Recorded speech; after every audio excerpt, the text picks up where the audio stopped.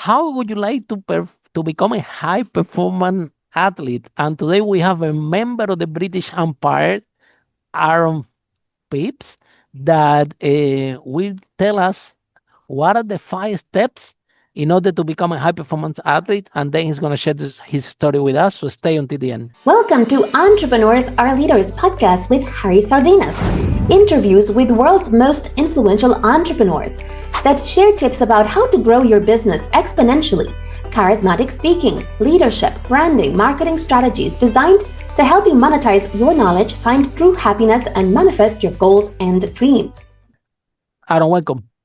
Hey, Harry, how you doing? You well? Yeah, absolutely. Nice to see you. We need more people from UK in this podcast. Absolutely. I know I'm biased, but you know we're better than the USA. Okay, so share with us, Aaron. What are the 5 steps that you can in order to become a high performance athlete? Okay, Your yeah, opinion. I'm happy to speak about this. No, it's my steps are really, really simple. And if I'm being honest, they're probably common sense and they're things that we do. Now, I think these are steps to become a high performance athlete or to become a high performance individual. And this will become more relevant when I talk about my story a little bit later on. Now, my first step, and it's the most simple, silly step, but that is to just set a goal. I think for me, I became disabled when I was much younger, and that gave me a different outlook on life. I became a bilateral below knee amputee, but it changed me. It wired me different, Harry. Because if I'm being honest, as a teenager, I wasn't making the best decisions. I don't know what route my life would have gone down. I'm not saying I'd have ended up in prison or anything, but I wasn't making the best decisions. And if you want to kick up the bum, nearly dying will do that for you. And since I've been poorly, I've gone on to do lots of things. And people would say to me, why do you do these things? And I would say, I don't know. I think it's about resilience. You need to be more resilient. But recently I've really dug down and tried to work out why I do what I do. And I think being poorly, what it really did was it made me take opportunities. So my first step, and this is so simple, it almost feels daft saying this to people, is to take opportunities and push yourself out your comfort zone.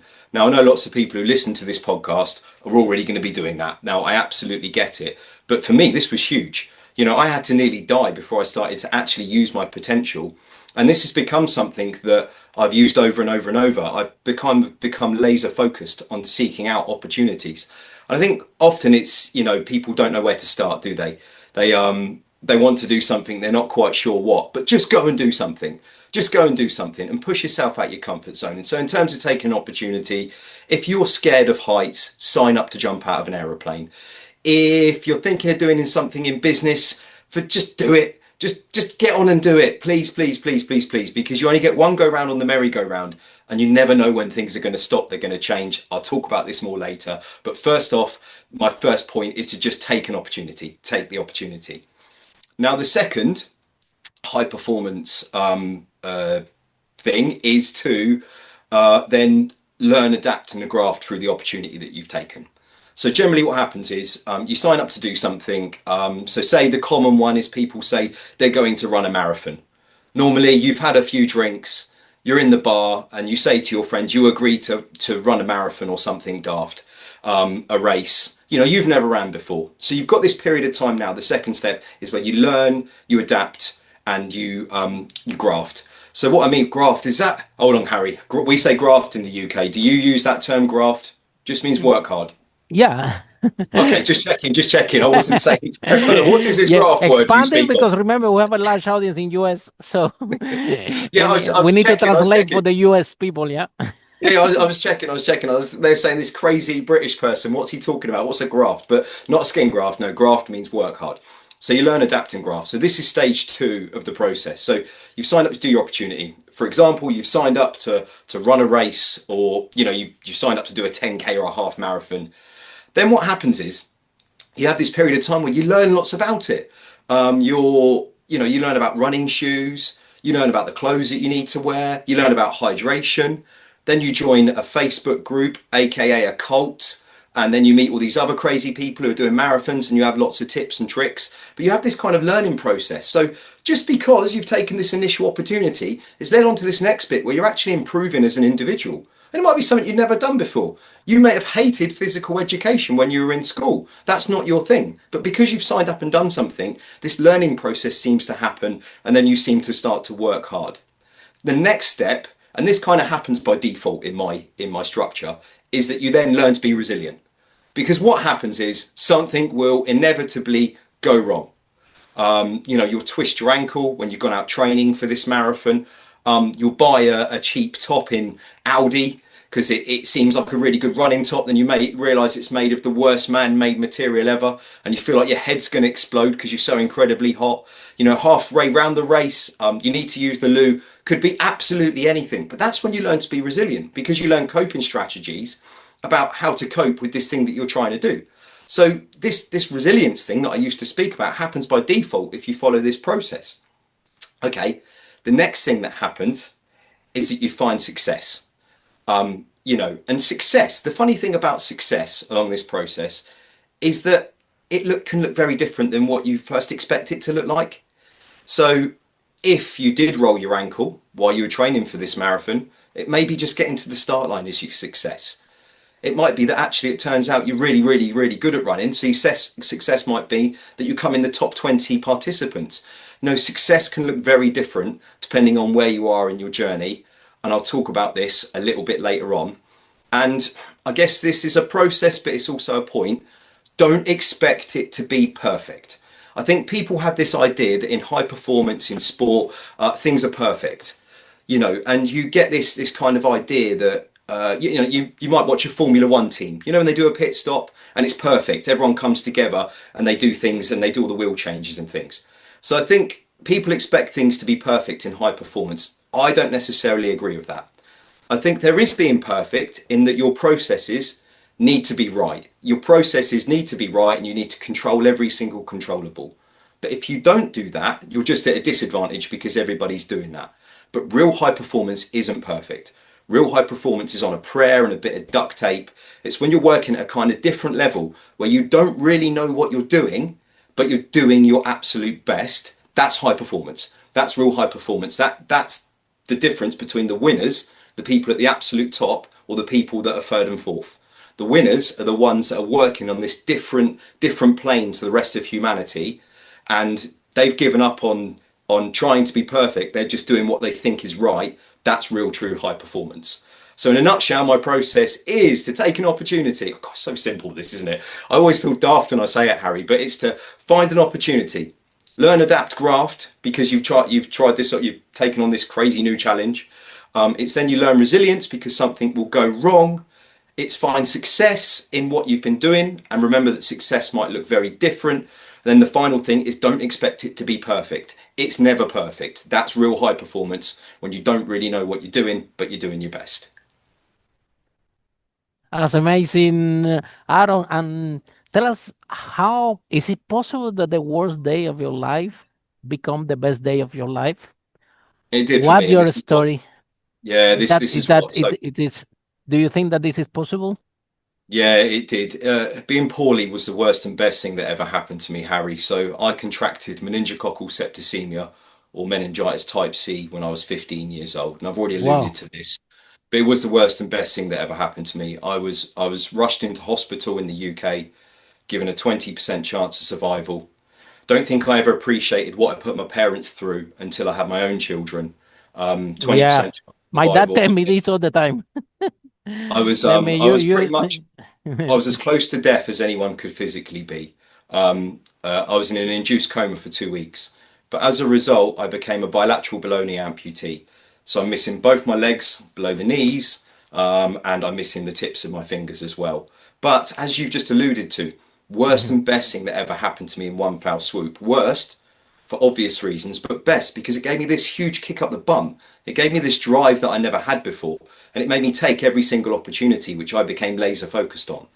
Because the thing that's strange, Harry, is I think if I said to you what would happen if you became an amputee, you'd think of the practical things. You'd think of, Mhm. how's my life going to be now if I use a wheelchair? Am I going to use prosthetic legs? What's all the practical things? But the reality of what happens is nothing happens. I left hospital, which was actually quite an exciting, interesting place with all these friends. And I went back to my life in my home, and I was very different now. And I was living downstairs in my parents' house because I couldn't get Mhm. upstairs. But nothing happened.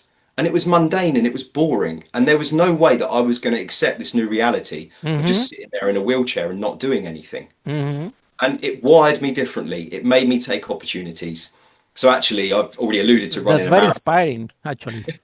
The first opportunity I took Because was the I did easiest a thing, Aaron, is to drink, to start to do some drugs, to feel miserable about yourself, to I'm not good enough, I'm not perfect, what people gonna think about me.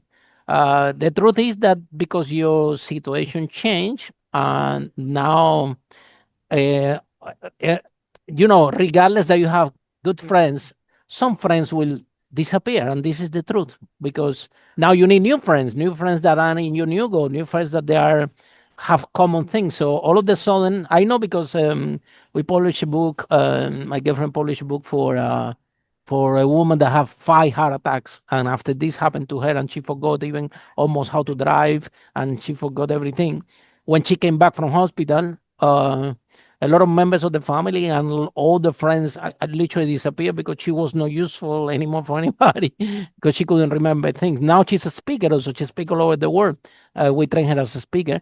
Um, However, we know that when this thing happens, it's not that when you're there nothing happens. It's a little bit worse. Somehow, people start to don't call you anymore. Your friends cannot call you to go out. You cannot go out with them.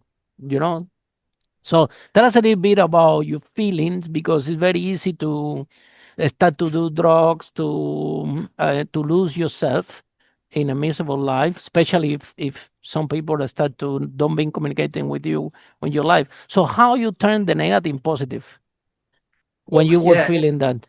I agree with what you're saying. When I you're mean, young, a lot of young people now they're doing drugs, they're doing everything without taking the opportunity. Exactly what you described, and you managed to turn the negative positive. So tell us a little bit more how come so young this mindset came to you. Your dad uh, helped you, your mom, you read the book, a friend, somebody from the council came to see you and tell you and give you a little bit of psychological treatment. So what really happened there? what happened was, okay, so when I was in hospital, it was really tough. I never met anyone who was an amputee, and I was thinking to myself exactly what you said. Will people pity me? What's my worth? Am I even going to be able to get a girlfriend? Just all the normal things I was worrying about and catastrophizing. But what it definitely did was it Yeah, the gave me a concerns about perspective. young teenager, right? Like Yeah, all that is the first thing that all the teenager thinking, can I have a girlfriend? Can I have? but I think what it did was it almost gave me like a midlife crisis in my late teens because I was poorly when I was 15, and it made me very aware of my own mortality, which was almost a gift.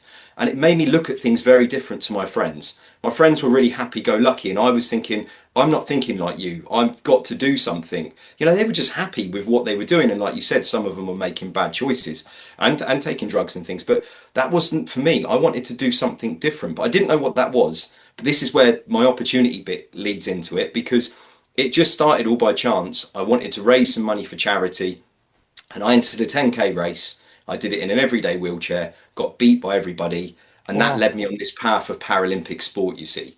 So this was it. It was the opportunity. It was the doing something I'd never done. I wasn't particularly fit, and I put myself out there in a wheelchair, not a racing wheelchair, everyday wheelchair, like Mhm. big sort of rubbish one, and did this Yeah, the race. heavy ones. Yeah, everyone got beat by everybody, but I absolutely What about loved you it. did raise a lot of money, right? How much do you Yeah, raise?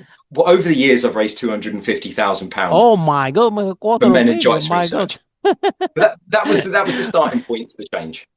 Wow. So, yeah, Darren, where the inspiration? Okay, I know that there is a run, and then you want to participate because it's a charity. You want to raise some money to help some people, an organization. But it's a very fine line to go from that, which is something positive, with like, you know what, I'm going out, I'm gonna do something, I'm gonna do something different, and at least whatever I can raise, I can help other people, which is something very positive path. And whether the even you were all the the framework was designed for you to go in the wrong space. Even your friends were taking drugs. So imagine you have a friend and now he's there, he cannot move, I'll take it. I don't have anybody to take drugs. Let me take my colleague, he's miser anyway. And they even that group of friends can drag you into that space. I'm very interested to see where the inspiration came from, Yeah, because I it's a very fine line. I mean, you went out of the hospital, you said, I want to do something different with my life. This is not going to be my life. I'm not going to be sitting here to become useless. But how this mindset came, I where think this bright light came from, it's been a little bit. someone told you It's something. No, I'd love to tell you that there's this perfect line where it's funny because in hospital the physios would say to me, "One day you're going to run a marathon, or one day you're going to be an athlete in the Paralympics." I Oh, say, "I don't want to wow. be an athlete." Yeah, but I'd say I don't want to No, be an you were athlete. so I don't upset even like about this running. I that you think don't that's even want to stupid. hear. Don't I be don't like stupid. I running. just want to have a girlfriend. Yeah. No, but I think it's about being. I think it's about actually. Let's go back to Vicky in a minute, my wife. But I think it's about being a little bit selfish. So I had my friends, and I liked spending time with them, and I could watch the route they were going down, and I would go out with them, and I would have fun. But the back of my mind, this wasn't where my life was going. My life was going this way. So I think, and I still see my friends now. I see them once or Yeah, twice a year, and I absolutely. go out and I have a great time. And I look at the things they're doing, and I can't Yeah, believe you can drink the a beer with little. them. It's okay. Oh, I hope they never watch this. Sometimes I can't believe the little they've done with their life, but that's their life. I can't change that. But actually, one of the best things that did happen to me was I met my wife Vicky, and she was amazing. So I met her. We were working at the same place, and we fell in love, which was amazing. But it was actually her who also convinced me to really push the Paralympic sport as well. So she's been a big driving force in my life, and love her to pieces. And I've got a beautiful young family now, but she was the one who really pushed me. But when I was Mm. wheelchair racing, I got asked if I wanted to go and try wheelchair rugby, which is murder Wow. ball in the USA, murder ball, and that's how the kind of Paralympic journey started. Wow. That's where we went from raising But money for that's worse than charity. rugby, eh? Yeah, and yeah, he's You have to smashing. be Well, very we're fit. British. Rugby's Eh, hard, isn't it? I yeah, mean, yeah, I it's like know, but it's, American. It's like American football without pads. yeah, yeah, yeah, yeah. But oh my God, so many sports you could choose, and you choose rugby, the most dangerous one. Well, Harry, I went to give it a There go. is no hazard in the marathon. I went to give it a go. And the very first session I went to, I got smashed out of my wheelchair. And I laid Yeah, down on the floor. I laid there on the floor absolutely. and I went, I want to hit you back. It Oh brought my out a dark God. side of me, which I didn't know I had. It turns out I love smashing people out of their wheelchair. Yeah. But this again is how this was an opportunity. They said, would you like to come and try wheelchair rugby? I was really scared. I mean, because like you've alluded to, it's Yeah. ridiculous Did and your dangerous. parents told you that was not a good idea? Anyone in your environment told you that, Yeah, yeah, that yeah. you Loads should of people did. pursue a sport that is more Yeah, safe? but Vicky knew. Vicky knew. My wife, she knew how bonkers I was. So she told me to go give it a go, and I went and tried it, and I absolutely fell in love with it, and it changed my life. And then you find a new community. You met there a different group of friends Yes, that can understand, what you guys are going through, and all of them have kind of the same mindset that you have, right? Otherwise, yes, they they were won't end up really, in the yeah, team in the first yeah, place. really Actually, the highly driven. mindset was so powerful that you guys won, right? Yeah, we did in Tokyo. So I'll come back to that. Wow. But you're absolutely right. It was being with those people that were really highly focused and they were just trying to improve and be their best, whether that be playing at club level or trying to get onto the GB team, like the top level, if you could get onto the GB team. But going Ah, back to yeah, my yeah, five you go because points, when you go back to my 5 points, when I talk about learning, adapting, and grafting, this nearly broke me. When I first became a wheelchair rugby athlete, I was working a full-time job as well. So me and Vicky had got married, bought a house, I had a job, I had a mortgage, had to pay the bills. I got a little bit of funding, but it wasn't going to pay my mortgage. So all the hmm millionaires that watch this, if you're watching, send me money and I'm a Paralympian. We do it for the love, not for the money, unfortunately. But joking aside, that nearly broke me, Harry. That nearly broke me. I was getting up at 4, half 4 in the morning, training till 8:30, going to work 9 a.m. till 5 p.m., and then at 5 p.m. going and doing another training session. And when you talk about grafting and learning about resilience, learning about yourself, that's got to be one of the biggest tests. in line with me being poorly and losing my legs. That was at times that was horrendous. But if you were to ask me how you cope when it's that tough, that's when you get your Mm-hmm. good support network around you. That's when you Mm-hmm. have your really good people who, when things get difficult, because they're going to, you Because your speak to them. colleagues in the team, they also have mortgage Yeah, and things like that. yeah, They were working. yeah.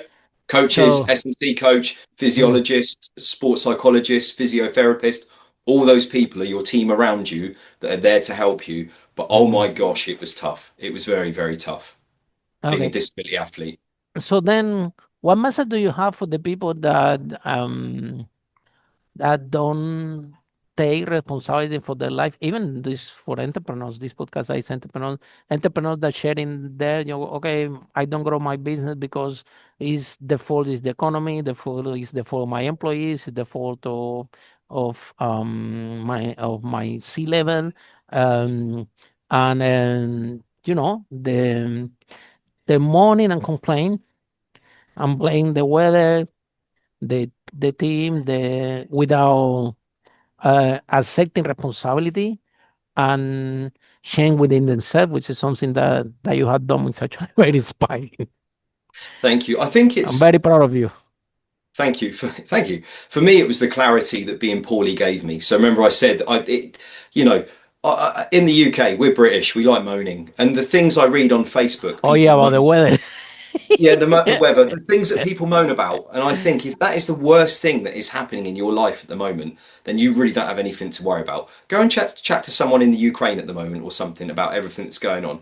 You wouldn't Mm-hmm. be worrying about the stuff, the mundane rubbish stuff that people moan about. It drives me mad, and it's quite upsetting, really, to think people go through their lives with these kind of things dragging them down. That was the positive of what happened to me. Worst and best thing that ever happened to me. Worst for obvious reasons, but best, it gave me complete clarity. When you've stared death in the face, I mean literally stared Mm-hmm. it in the face, you don't worry about the wheelie bins outside your house or your neighbour. Mm-hmm. The stupid things that people tend to catastrophize about. And Mm-hmm. but it goes back to my thing on taking opportunities, and it's sad that happens to people, really. But it don't. It's drain. It's have you heard of the drains or radiators? Some Mm-hmm. people like radiators. They give off warmth. They give you energy. Some people like drains. They Mm-hmm. suck the information out of you. They Mm-hmm. drain you. You want to surround yourself with radiators, basically. You want Absolutely. Yeah. positive people in your life, like you, Harry. Thank you. So now let's talk about your speaking career because I think your story is very inspiring, and especially in the schools in United Kingdom, um, we need more of that stories to be shared. Not only how to achieve a goal, because even for as a speaker, as I shared before, even in the podcast, I'm on the space. I speak all over the world, and just by your gold medal achievement, you can do goal talks about goal setting all your life, and this is a topic that is very hot for companies and for everybody, and corporate can get you very good fee as a speaker. But I think that even more powerful talk about goal setting, which is something you can do very easy because you're a gold medalist, is about how to turn the negative into positive, how the worst day in your life can become the best day in your life for those young teenagers that they are at the school. And somebody posts something on the internet, you chubby, you're ugly, you this, you that, and those kids, and with the bullying and with all that going on in the schools, they get so disempowered that they decide to uh, to do something crazy with their life, right? To go to They start to turn the life into a negative path, and it's very easy now with the social media. They need significance. So, what do you think that what can you what would be your message for the young generations and for the entrepreneurs that they are really facing hard times now, which like you described to me, it sounds to me that it was more hard time when you was working. and had to pay the mortgage right than the day that you wake up from the hospital and you say, "Oh my God, what happened to me? What are my legs? What are my hands?" So, uh, actually, when so you have to become obesity more than once in your life.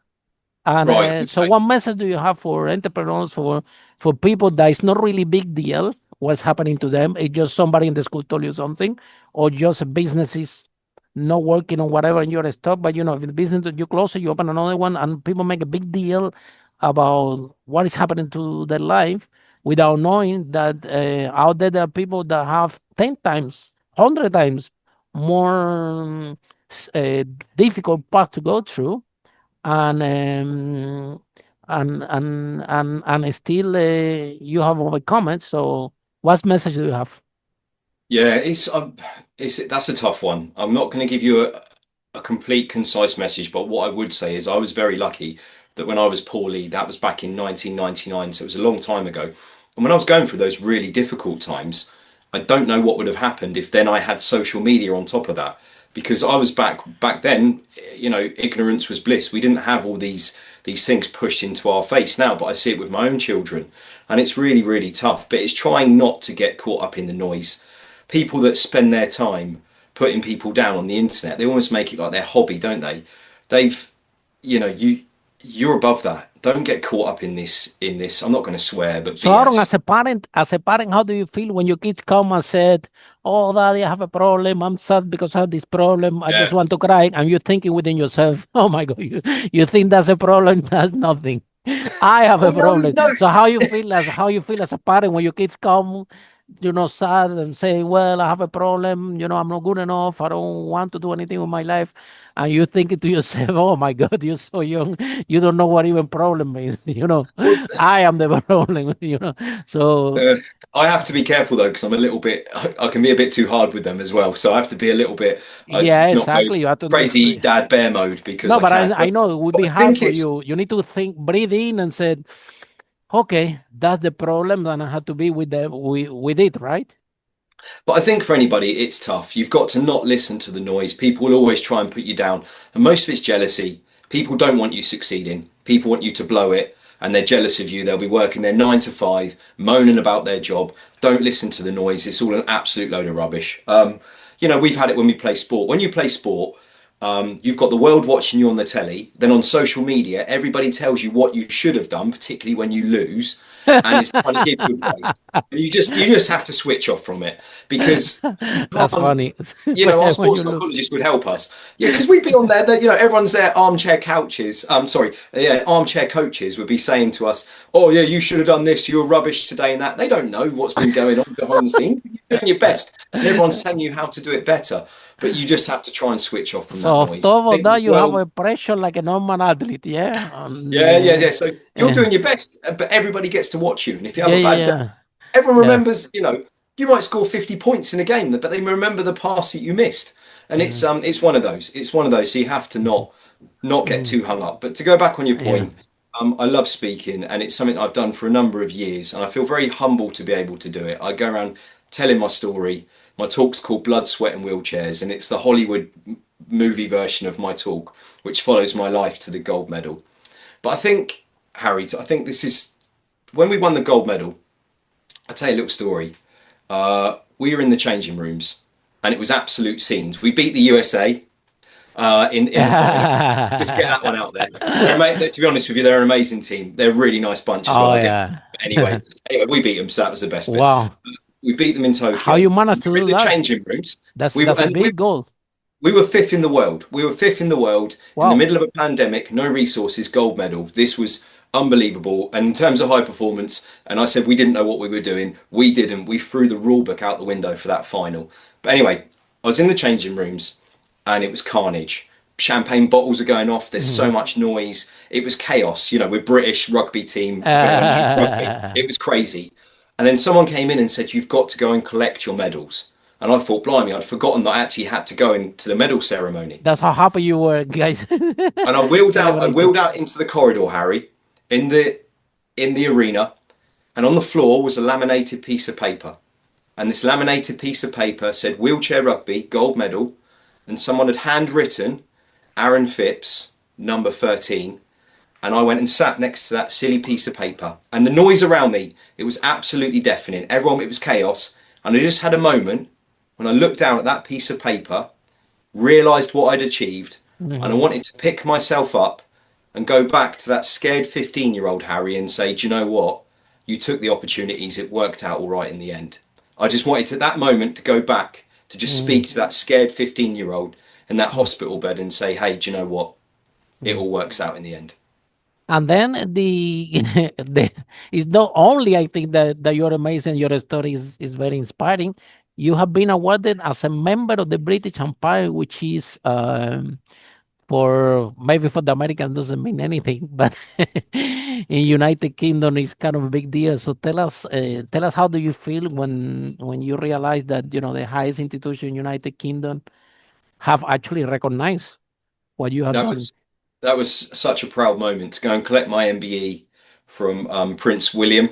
That he handed it to me, and I got to spend a few minutes with him, and get awarded it. And yes, I know we're British and we have lots of our traditions, but to get an MBE is a really high accolade, and I was so incredibly proud. But you know what, Harry, was so lovely about it was we got to take a guest, and I took Vicky with me. So Oh Vicky wow. got to share that moment with me. So you know Mm, what? Sometimes it's about doing things with the people that you love. mm, Yes, we won a medal. Yes, I got an mm, MBE. Yes, that was amazing. But Vicky came with me, and it was like Bridgerton or Pride and Prejudice. If the mm, Americans get that, like British huge mm. chandeliers and all that stuff, jam Mm. sandwiches, cucumber sandwiches. But it was really amazing, and to get to share that with my wife was very Good. special. Yeah, that's amazing and good for you because when I was invited to be at the 70th anniversary of the Commonwealth with the royal family there, I couldn't bring any guests. It was for I've been teaching leadership all over the world, so it was an education section on the 70th anniversary of the Commonwealth, and then I was invited to as one person, one seat only in that session, only for me. I couldn't bring anybody because every seat has the name of the person. You need clearance for the royal family to go to that events anyway. Didn't know that, but you had to when you go to those events that so many prime ministers and people there, they had to check you out before you go in. Yes, yeah, The good thing is once you have the clearance, you it's easy for you to go more royal events. So we both have clearance. So anything they do, we can go easy. But then Aaron, you know what happened? Also, the story talking about this that when the queen passed away, I went there. I was one of the first.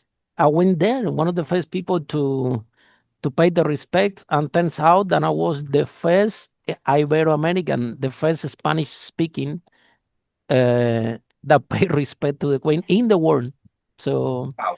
Oh well, thank uh, you very much for going and doing yes, it that. That's was very good of in you. the press. Was in the press in all Latin American and Spanish-speaking channels. Um, I shared the story and how great was the Queen and what it means for all of us, even if we are Spanish or for different generations that have the idea and have the being experienced because she was they were very committed to the education. That's why they have the whole session about education um, on there in that celebration. And I always said with education, people that don't have can have. And that's what you do when you're speaking. You are educate. You are telling to people that is possible, um, regardless the adversity of your life. So tell us about the any anecdote about any speaking gig that you have that something happened to you. So sometimes I remember that I was doing talks about six was 100 people, 200 people, 500 people, and I was okay. And one day they called me, oh, Harry, come to speak about your book, and it's come here. And it was like the National Civic Congress. It was 2,000 people there. So the whole thing changed. I have a huge screen, And I'm used to see all my friends. When you have 100 people, 200 people, you see everybody, hello, hello. And I invite all my friends, look, I'm going to talk there, go there. And then when I go there, everything is there. I cannot see anybody. I'm freaking out. My hands are shaking. I know the microphone is coming to me. I see this huge screen with my face, and I'm like smiling, and my my smile. I'm fighting with my smile and shaking the hands. All I'm thinking is, oh my God, if these people are putting me in this huge screen, I'm shaking. Clearly, they're gonna see it. They cannot see me on the stage because I'm fat, but they can see in the TV. So that's something. A lot of butterflies. I freaked out. I was not used to these large audiences and could caught me by surprise. I managed to do it. Everything was fine, but wow. So tell us any experience about your speaking. Yeah, s- I love it. I've been so I remember in lockdown when lockdown hit and we were using screens for the first time, and the first Oh call that I went wow. with a TV channel in the UK called Channel 4. We did the Paralympic coverage, and it was 900 people on a call, and it was the first time I'd done one of these online calls, and I just remember seeing these grids of initials, and they told them to turn off their cameras. I didn't even know if I was speaking to anyone, and it was such a peculiar time. My biggest audience I've ever spoken to, Harry, I sound like I'm trying to do a my dad's bigger than your dad here, but was 34,000 online. So it was Whoa, 200 people in my God. and 34,000 online for a 34,000 company people. called, yeah, it Where was the was whole that? of In a Bupa. stadium? A Where was company it? called Bupa, and it was the whole of their company online round the world online. So that was my biggest talk. But I love telling my So how you stories. manage? How How did you I manage? handle it? It Because it's was scary. I've been there, I know. I When you go like there, you have so many people, you freak out. no, Harry, I've nearly died. It's nothing. I can speak, Oh, that's 10,000 very people, 20,000 powerful. people's fine. It's fine. Very No, powerful. no, listen, it's all I'm about glad. I'm rehearsing, isn't glad it? that you share like this. No, Wow, no, that's no. Look, amazing. can I say it's No, no, it's it's all about true, your but rehearsing, but isn't it? but it's true because the once you have this breakthrough in your life, you're not scared anymore. So, No, so no, what can nothing. you tell to people that they have fear and fear and fear, and the fear is showing up because they have fear, they don't talk with the boss, or they never manage the race, and then that fear is showing up in the relationship, it's showing up in the bank account, it's showing up in the community, it's showing up everywhere, and they have the fear and fear and fear, and all this light that could be huge get reduced very tiny just because of fear. And then on the other hand, I got you that say, Harry, who cares about 34,000 people? I almost die. I'm not scared of anything. That's really powerful, actually. No, I do get scared. I'm pulling your leg. I'm Of joking, course, we but I all think have, but this goes back to my initial thought point about taking an opportunity, Harry. This is probably my biggest lesson is I had to lose 30% of my body before I started to use 100% of my potential. wow, very Other powerful. people, other people don't need to nearly die. They don't need to go through what I went through to use their potential. This way you take opportunities. If you're scared of something, sign up and do something to put yourself out your comfort zone. If you don't like speaking in crowds, then sign up to chair a meeting at work or something. Do something to push yourself out your comfort zone because then you go on this cycle that I've already spoken about. This is literally all I've ever done to be successful, and I've been the best in the world at what I do. It's just about pushing yourself out there and doing something now, not waiting, not putting it off. Do something absolutely bonkers. I think my story is probably a good example of how things can go wrong very quickly, and it's not fair and it's no one's fault. It's one of those things. You don't know what's going to happen tomorrow. So this is my advice to anybody is just sign up and do something. Push yourself out of your comfort zone because don't just be one of those people online moaning like we've already spoken about. Do something, push yourself. And as we've already spoken about, success may look very different than what you expect, but by doing something, something will happen. I guarantee it. And these will be things that you will remember for the rest of your life. And then I want to add something about opportunity, right? And it was actually your step number one, and now you bring it back. And I want to share a story. When Les Brown is one of in my opinion, the best motivational speaker of all time. So when they brought Les Brown to London to do Les Brown too, um, I was the speaker right before Les Brown, And you know, Wow. in that green room was a lot of speakers. There were people that they are now billionaires that they are Yes. about to speak, and it was a lot of well-known speakers back on the day.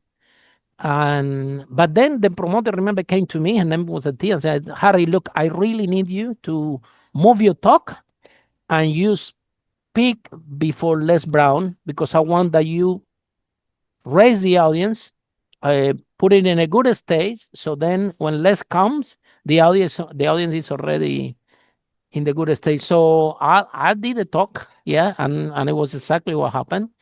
Um, and then after the years, I asked her, Atia, why do you choose me to do the opening for Les Brown? And she shared to me, she told me, Harry, because you were ready. So the opportunity came Yes. because I was preparing for the opportunity. She saw me speak. She knew that I was ready to do. By the way, that one was a big gig. Also, I think was 1,300 people, something like that, in Westminster. In Westminster, and uh, Yeah. but she told me, you know, because, and I think, Aaron, speaking in front of 30,000 people is something that you don't bring a newbie there, and you don't bring someone that don't know what they're doing, because I'm on the space, and I can tell you, promoters, a gig of that dimension is a lot of resources and funds allocated, Yes. and you cannot risk to bring someone that's going to be scared. You cannot risk someone uh, that don't know what they're doing and is just going there for the first time and share the story. Unfortunately, it doesn't work like that. You need to bring a speaker that that can handle, because as we know, with this amount of people, it's easy to freak out. It's easy to Yeah. so when they ask you to do this gig, they knew that you were ready for that opportunity, that you can handle it.